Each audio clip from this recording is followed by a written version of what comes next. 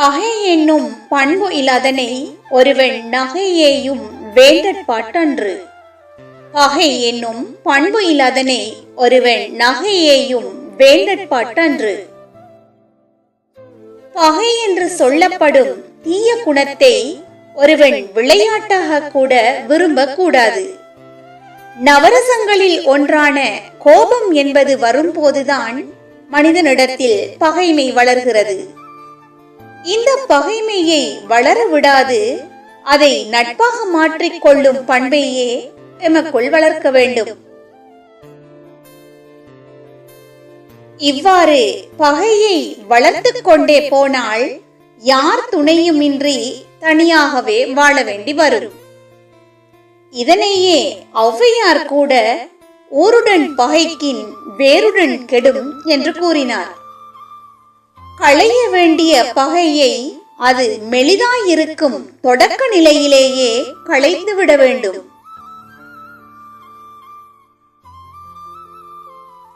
அங்கனமின்றி அது வலுத்த பின் அதை பலர் கூடி தாக்கினாலும் தாக்குபவரை அது தாக்கும். சமகால மனிதர்கள் மத்தியில் இன்று பகைமை காட்டுத்தீ போல் படர்கிறது.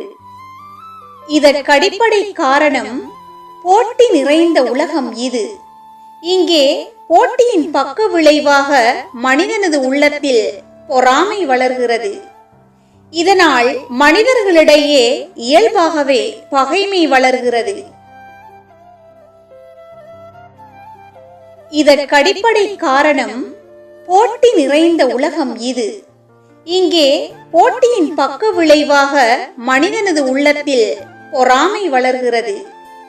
இதனால் மனிதர்களிடையே இயல்பாகவே பகைமை வளர்கிறது. இந்த பகைமையை சரியான முறையில் இனங்கண்டு முளையிலேயே கிள்ளி எறிய வேண்டும். இந்த பகைமை வளர்வதால் இதன் பாதிப்புகள் எப்படி இருக்கும் என்பதை இந்த பாடலாசிரியர் எப்படி கூறுகிறார் என்பதை சற்று கேட்டுத்தான் பாருங்களேன். பகை கொண்ட உள்ளம் துயரத்தின் இல்லம், தீராத கோபம் யாருக்கு லாபம், தீராத கோபம் யாருக்கு லாபம். பகை கொண்ட உள்ளம் துயரத்தின் இல்லம், தீராத கோபம் யாருக்கு லாபம், தீராத கோபம் யாருக்கு லாபம்.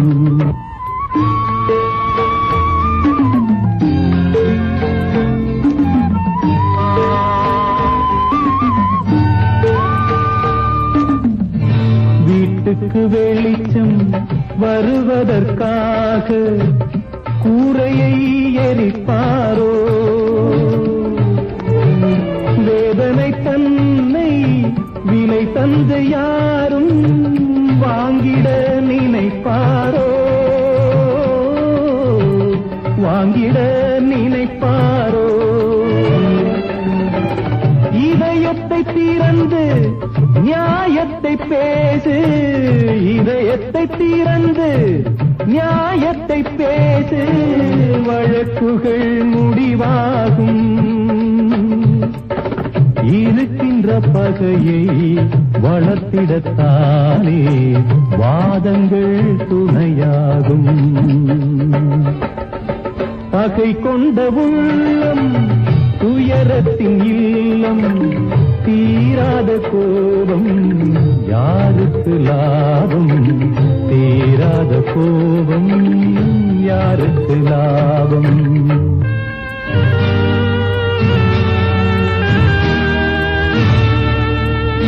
வற்றிய குளத்தை பறவைகள் தேடி வருவது கிடையாது.